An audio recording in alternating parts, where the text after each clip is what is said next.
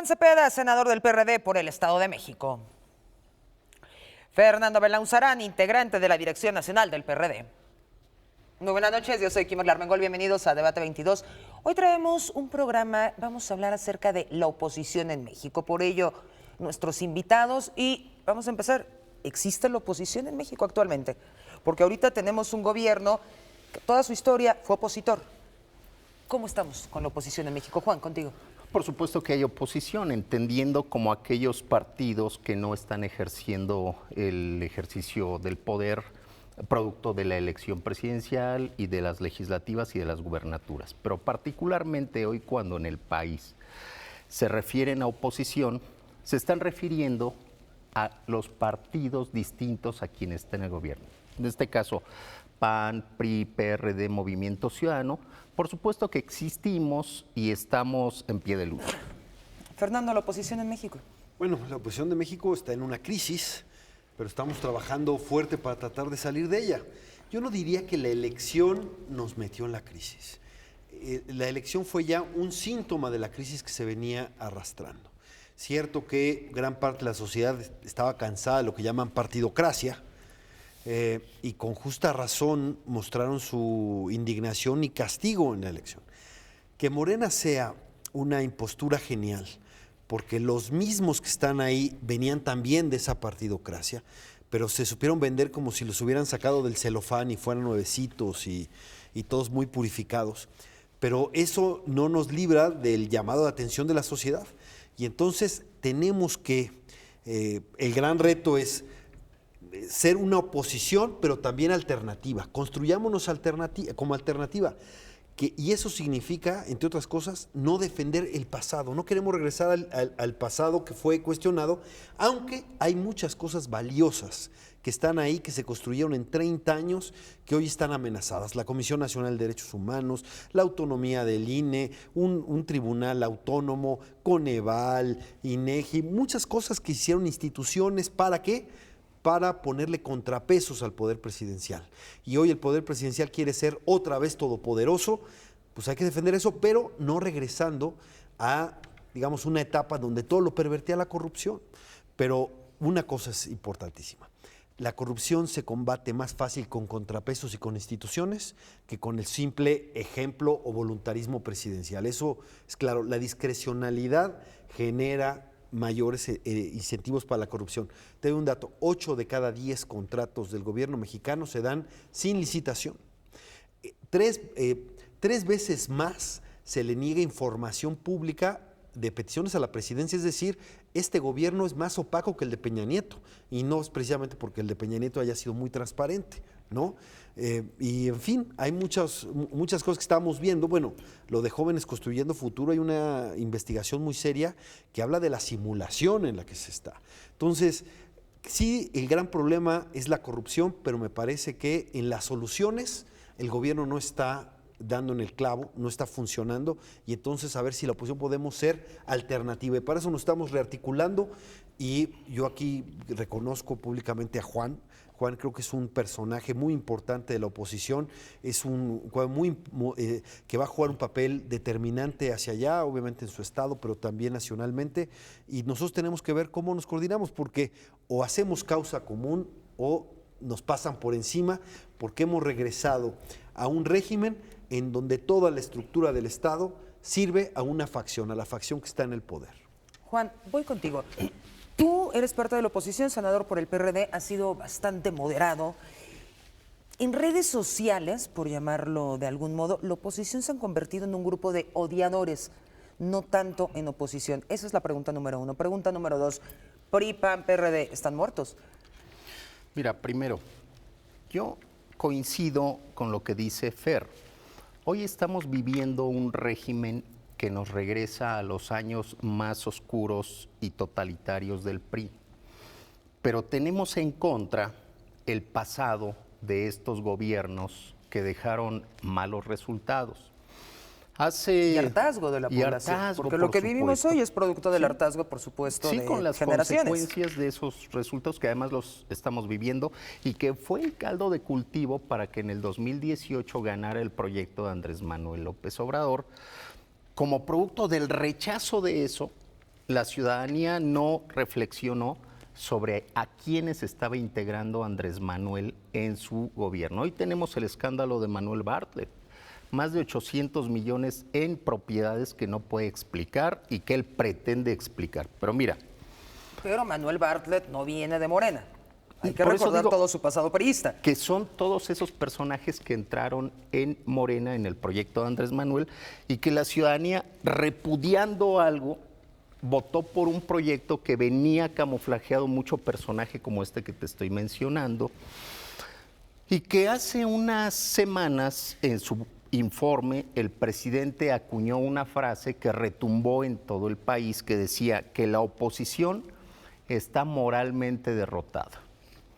Pues por supuesto que con eso que él estuvo machacando 18 años, con su frase acuñada de la mafia del poder, con estos resultados y repudio de la ciudadanía de estos gobiernos pasados, pues por supuesto que él se erige, Andrés Manuel, cada mañana como el único portavoz, pero además con todo el aparato para desprestigiar a esa oposición, que más que odiadores, porque creo que el tema de las redes es solamente una parte, pues por supuesto que estamos activos y que estamos con propuestas.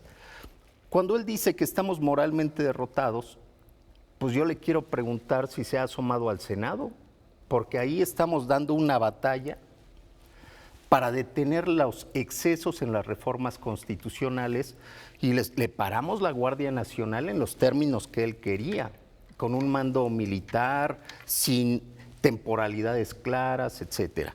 Y por otro lado, PAN, PRI, PRD, Movimiento Ciudadano, pues están viviendo una crisis, pero aquel que tiene registro hoy en día no se le puede descartar.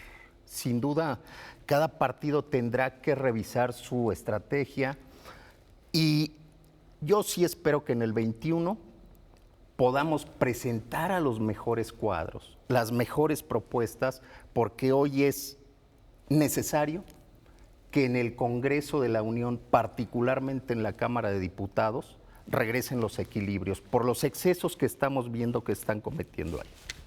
Fernando, PAN, PRI, PRD, Movimiento Ciudadano están muertos. ¿Qué pasa? De ninguna manera, pero todos estamos a prueba.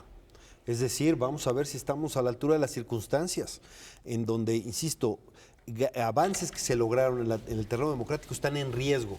No fue cualquier cosa, ¿eh? El 68 abrió el parteaguas, todo el mundo dice, fue el primer hueco o fisura que se le hizo al viejo régimen y hoy nos quieren regresar a ese. Y la verdad es que son triunfos de la sociedad, como dijo el ingeniero Cuauhtémoc Cárdenas en el Senado, son triunfos del pueblo, de la sociedad, que no son fáciles. Ahora bien, peor que un mal perdedor es un mal ganador. Y la verdad es que quererse burlar o confrontar a la oposición cuando tienes una victoria no habla bien del presidente. Y peor aún, cuando se jacta de una superioridad moral, después de lo que estamos viendo en Baja California con Bonilla, que se quiere prolongar el mandato, después de que quisieron reelegirse en la Cámara de Diputados, la verdad es que pobre Porfirio ahí tuvo un devaneo, qué bueno que rectificó, o lo que está pasando en Tabasco con la ley Garrote, o sea, que nos van a dar clases de moral, o el encubrimiento a Manuel Bartlett, su espaldarazo, la verdad es que no, pero es muy peligroso el discurso de superioridad moral. Que porque todos lo han tenido. Sí, pero cuando uno se dice, no yo es soy particular. Sí, pero cuando alguien se pone y dice, soy superior moralmente, evita el diálogo. ¿Qué decía Amos Oz, el intelectual israelí? Decía muy bien Amos Oz, en la pretensión de superioridad moral está el germen de todo fundamentalismo, ¿no? En su texto contra el fundamentalismo, en la superioridad moral. Porque entonces se acaba todo el diálogo, porque ¿qué depende de la democracia? ¿En qué basa? En que tú reconoces la legitimidad del otro y sabes que el otro te puede ganar en la siguiente elección. De hecho, eso es lo que aprendió Andrés Manuel. Perdió una elección, perdió 2 elecciones y luego se repuso y ganó. Esa es la democracia. Pero la democracia necesita el reconocimiento de la legitimidad del otro. Si tú le niegas la legitimidad al otro, entonces ya no se juega el poder, ya es mantenerlo a toda costa porque inmoralizas al que discrepa. Vamos a ir a una pausa, porque este tema nos va a dar para muchísimo. No le cambie, está en Debate 22.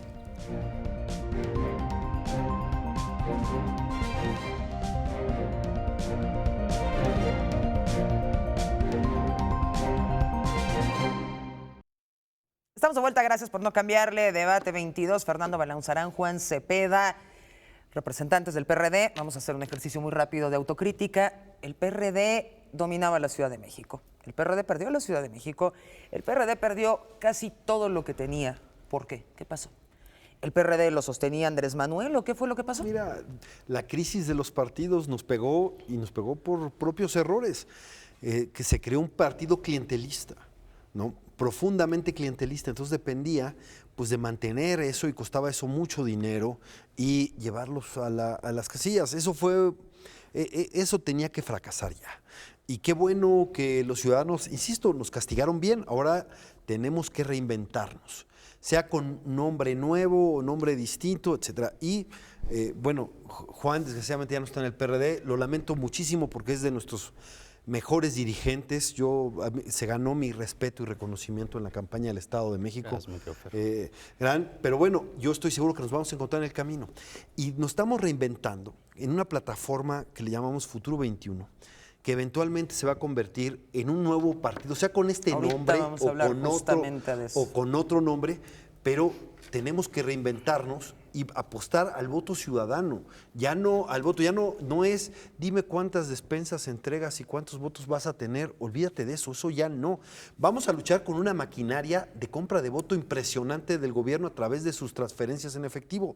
Pero nosotros tenemos que apostar ahora al voto ciudadano, como en el 88. Pero que de haber tenido todo, perdieron todo. No, sí, y tenemos que sacar las lecciones. Sería terrible que las resistencias que hay sea para mantenerlas, porque si no hay cambio, si no hay reinvención, desaparecemos en 2021.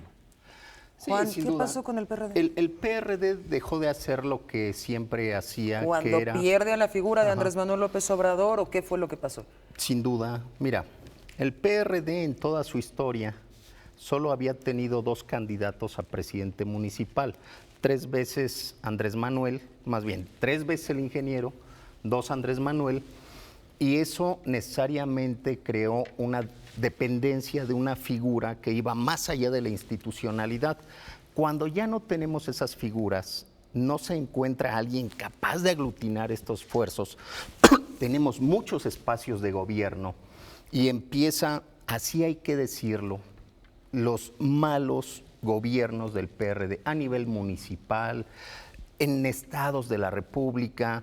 Los representantes populares se alejaron de las bases y la muestra es que hoy en el país el PRD solamente gobierna una entidad federativa y perdimos la Ciudad de México, que era la caja todo de resonancia, Claro. y que era por mucho tiempo el modelo de gobierno a presumir en todo el país. Se hicieron malas cosas, como dice Fer, en efecto el clientelismo, pero también actos de corrupción. Actos de corrupción que pegaron en el ánimo de la ciudadanía y bueno, ahí está el castigo que nos dio la ciudad. ¿Tú en particular a dónde vas? ¿Cuál es el futuro de Juan Cepeda? Ahorita estoy en Movimiento Ciudadano, me integré, pero eso no opta que quiero mucho al PRD, que sé que el PRD está vivo. Mira, hoy tener registro en el país es un valor incalculable cuando hay muchas organizaciones buscando el registro y que cada vez es más difícil. Segundo, que tiene refrendados casi 1.700.000 afiliados que creen en el PRD. Y tercero, propuesta política, ya la acaba de decir Fer, Futuro 21, que creo que es una vía necesaria de abrir el partido Pero a no es nuevos un rostros. enjuague nada más para cambiar de nombre. No, yo no lo creo. Creo que es la vía que hoy los partidos, no solo el PRD, tienen que hacer, abrirse a la sociedad. Fernando, México Libre, Felipe Calderón, que se erige como una voz opositora, ¿qué Bueno, opinión te merece? Mira, él tiene su derecho a hacer política, se lo da la Constitución. Y bueno, el que se ha empeñado en ponerlo en el centro del debate es Andrés Manuel López Obrador, ¿no? Parece que es su principal promotor, quizás porque ve que es una opción que pudiera menguarle votos al PAN, o simplemente le gana el hígado y le ganan las ansias de revancha y se va. Pero está ahí, y si él construye su partido, pues el problema de un partido con nuevo registro es que no puede hacer alianzas. Entonces, en 2021, él haría su camino. Y nosotros me parece que tenemos que buscar, y ese fue lo que a muchos de nosotros nos insistió en apuntar al registro del PRD, porque estábamos pensando también incluso en abandonarlo, fue que un registro existente nos permite hacer alianzas. Yo tengo mucho respeto por el Movimiento Ciudadano, están haciendo un papel muy digno en las cámaras, en el Parlamento. Tengo respeto por muchos panistas que están dando una gran batalla. La verdad es que Laura Rojas la conozco, una gran luchadora por la rendición de cuentas contra la corrupción, muy cercana a la sociedad civil, hoy es presidenta de la Cámara de Diputados. Entonces, me parece que tenemos que ser un factor de unidad. Hoy, ¿cuál es la paradoja? Hoy solo la oposición unida es contrapeso, pero falta una fuerza política con credibilidad social. Y liderazgos. Y liderazgos. Y entonces, la gran apuesta que tenemos en Futuro de 21 es construir esa fuerza con credibilidad que sea un factor de unidad opositora y que nos permita ser alternativa y que en 2021 tengamos un Congreso que sea contrapeso, porque hoy vivimos una anomalía. Se adulteró la voluntad popular. ¿A qué me refiero con que se adulteró la voluntad popular? Andrés Manuel tuvo 53% de los votos, un gran apoyo. Histórico. Pero sus diputados, de todas de los partidos que lo apoyaron, tuvo el 43%. De hecho, Morena tuvo el 37%, ¿no? ¿Y cuál es su representación en la Cámara? Del 43% tienen el 66%. Cuando la Constitución pone un límite de 8% de sobrerepresentación, nadie debería tener más. Y ellos tienen el 20% hasta para cambiar la Constitución solos. Ahora sí que como Varguitas, que escribía la Constitución a puño y letra, solos y unilateralmente se puede dar en la Cámara. ¿Y cómo lo hicieron? Porque eso pidió el pueblo. No, porque el pueblo votó 43%. Si hubieran querido darle todo el control, pues hubiera tenido mayoría. No, esta es una adulteración por varias razones. Uno, por cachirules y fraudes a la ley, que es que inscriben a candidatos en otros partidos para que una vez que ganen se vengan a su fracción parlamentaria y no les reste los plurinominales, les tengan que dar más plurinominales. El INE les asignó 191 a Morena, hoy tienen más de 250 de acá, para que veas cómo adulteraron la voluntad popular. Bueno, pero tienen ya incluso las 2/3 partes. ¿Por qué? Porque se compraron al Verde, pues ellos siempre están al mejor postor, se compraron a los que llaman los impresentables del PRD, que era lo que decía Juan, de que a veces se les protegió a algunos que no se debía hacer, y con todo eso tienen mayoría calificada, incluso para cambiar unilateralmente la Constitución, cuando solo tuvieron el 43% de los votos a los diputados. ¿Cómo podemos acabar con esa anomalía y que haya ahora sí una división de poderes y que tenga, como en cualquier otra democracia, acordar para que salgan las cosas bien y mejor? Porque luego, vaya que tienen cada ocurrencia y con una gran irresponsabilidad legislativa. Espérame, vamos a hacer una pausa, regresamos, no le cambie, está en Debate 22, el futuro de la oposición en México.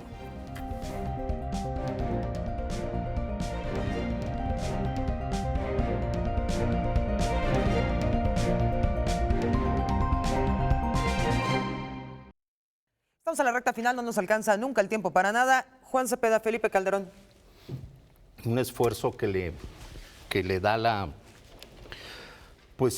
la valía de que en estos tiempos, con ese ataque permanente del presidente de la República, que yo creo que ya está un tema personal que le trae a Felipe, que él esté recorriendo los estados, los municipios para conformar su partido, creo que es digno de reconocerse, pero además está en su derecho constitucional como mexicano con plenos derechos de abrir una opción política que además creo que también es necesaria su voz en el país, porque tiene experiencia, ha sido presidente, le pueden criticar lo que quieran, pero él en su momento hizo el esfuerzo para que se acabara la delincuencia. Muchos le critican su estrategia errada de que soltó el ejército, la guerra contra el narco, pero mira, al paso del tiempo, hoy lo que está ocurriendo en el país es exactamente lo mismo, solamente que le cambiaron Guardia Nacional e hicieron un marco legal para que pudiera funcionar. Entonces creo que como mexicano yo jamás abonaré a que se desate el linchamiento contra otro mexicano. Mis respetos para Felipe Calderón y para el esfuerzo que está haciendo. Es necesaria su Casi voz. nos vamos a ir, tenemos muy poco tiempo. Un minuto, Fer, el futuro de la izquierda en México. Bueno, el futuro de la izquierda en México tiene que ser rescatar verdaderamente el programa de izquierda, porque hoy no tenemos un gobierno de izquierda, que me perdonen. Su proyecto económico no es de ¿El PRD sí izquierda. era de izquierda? ¿Perdón? ¿El PRD sí era de izquierda? Sí, aunque no quiere decir que no hayamos tenido vicios, etcétera, pues sí tenemos un programa de izquierda. Además, le debemos la interrupción legal del embarazo en la Ciudad de México, los matrimonios igualitarios, debemos instituciones fundamentales de la democracia a la lucha que ha dado el PRD y, por supuesto, luchas importantes para la igualdad, para los programas sociales, etcétera. Eso fue fundamental del PRD. Ahora, me gusta mucho la actitud que dice Juan, todas las voces son legítimas, ¿no? Y aquí entrar al linchamiento de un personaje no abona la democracia. Incluido por eso, el presidente, incluido porque el hay presidente. linchamiento contra el presidente pues, también. Sí, nada más que el primer responsable para que haya un clima democrático en este país es el mandatario. Si él es el que polariza, si él es el que estigmatiza a sus contrarios, si él es el que dice que cualquier discrepancia es inmoral porque son conservadores, fifí, que hay todas las descalificaciones, bueno, él está provocando una reacción. Él está pensando, claro, le conviene. No es el primer presidente que lo hace. Donald Trump hace lo mismo. Donald Trump también le pone apodos a sus adversarios y además le gusta mucho confrontarlos y burlarse y regodearse en su victoria electoral. Eso lo hace todo el tiempo Donald Trump. A mí me gustaría pues, un presidente más mesurado en eso, pero bueno, es su estilo. Pero nosotros tenemos que reivindicar los valores de la democracia y la actitud que dice Juan es correcta, pero sí. Muchos desengaños, por ejemplo, la ciencia, cómo está abandonada la ciencia y la investigación, banderas que habían sido tradicionalmente de la izquierda y ahora hasta a los becarios en el extranjero los dejan colgados de la brocha. Imagínate, ya tenían el compromiso para terminar ahí su doctorado y les dicen, ahora ráscate con tus propias uñas. Cuando ellos están allá con un compromiso de terminar sus estudios Nos tenemos que ir casi, Fer. Sí, perdón.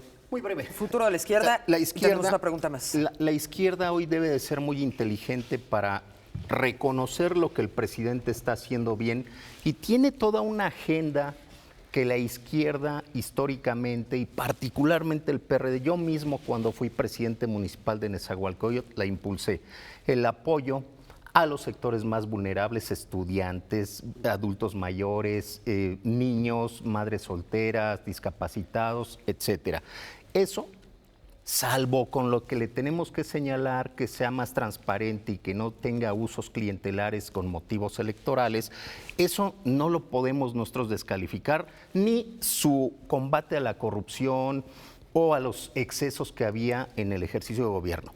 La izquierda hoy tiene que ser muy inteligente para elegir sus batallas y entender, voy a parafrasear a Baby Ruth, que en béisbol él decía que los home runs de ayer no ganaban los partidos de hoy. Igual, decirle a la izquierda y a toda la oposición y a Morena, los votos de ayer no ganan las elecciones de hoy.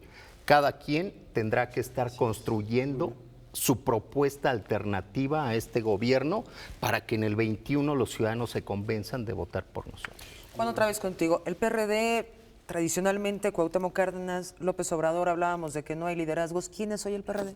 Creo que hoy el PRD es un colectivo. Fíjate, lo mejor que le pudo pasar al PRD es que ya tocó fondo, que ya no hay una figura de la cual depende, que hoy se está abriendo a la sociedad y que ese colectivo es el futuro del PRD, porque ya no van a depender de una sola figura, no habrá un liderazgo carismático que en función de él esté el destino del PRD. Hoy el PRD y su colectivo son dueños de su destino. ¿Quién es hoy el PRD? Liderazgos. Bueno, estamos construyéndolos, pero tenemos sobre todo, mira, no importa tanto los que estemos ahorita, lo importante es con quiénes vamos a estar cuando lleguemos. Queremos desatar un proceso de apertura en donde esto sea una bola de nieve y vayamos creciendo. Mira, y un tema que es fundamental, me parece, reivindiquemos el conocimiento. Así nació la izquierda, por cierto, reivindicando el conocimiento sobre muchas cosas, sobre las supercherías y etcétera. El conocimiento para que las políticas públicas se hagan con base en la evidencia. Hablaba muy bien Juan de la importancia de enfrentar bien la pobreza y la desigualdad que son lacerantes. Bueno, pues según estudios de Coneval internacionales, estaba funcionando el Prospera y estaba funcionando el Seguro Popular. ¿Por qué los tiras a la basura lo que estaba funcionando, ¿no? Para luego establecer una ocurrencia que no tiene. El asunto de Santa Lucía, de Dos Bocas, del Tren Maya, no tienen consistencia con base en evidencia. Reivindiquemos el estudio. Por eso es tan importante fortalecer la ciencia, la tecnología, la educación, a las universidades, apostar a eso. Que más gente pueda entrar a las universidades, pero no para que estén en un lugar, o sea, no para que ocupen un lugar solamente, sino para que sean mejores, para que puedan entrar a un mundo que es profundamente competitivo, que está cambiando rapidísimo, y nuestra gente tiene que estar en eso, pero además lo que tienen que estar más fortalecidos son los más pobres. Los más pobres necesitan una educación pública de más calidad porque solamente así podrán ascender socialmente. Y entonces, haber tirado el asunto de las evaluaciones en la educación básica es terrible porque condenas a los más pobres a seguir en su condición. Quien ha defendido más la educación pública de calidad sería la izquierda, pero prefieren quedar bien con sus clientelas. Esas cosas hay que decirlas, claro, eso te pelea con algunos sectores corporativos, ni modo, claro, pero no puedes sacrificar tu programa y tu plataforma. Ahora, para defender la democracia tenemos que unirnos con otras oposiciones, porque todos construimos que haya elecciones libres, que haya un órgano electoral imparcial. Muchas cosas que hoy están en cuestión las tenemos que defender entre muchos, si no, luego las vamos a extrañar. Nos vamos, pero no, gracias. Busquemos la reconciliación nacional con todas las corrientes. Fernando, muchísimas gracias. Siempre gracias estás con a ti, nosotros. encantado. Juan Cepeda, es un honor tenerte con nosotros. Gracias. Qué amables. Y gracias a ustedes. La Cepeda, señor. Sí. Ahí los tienen. Gracias por habernos acompañado. Los espero el próximo miércoles, Debate 22. Escríbanos en redes sociales. Buenas noches. Aunque tenemos...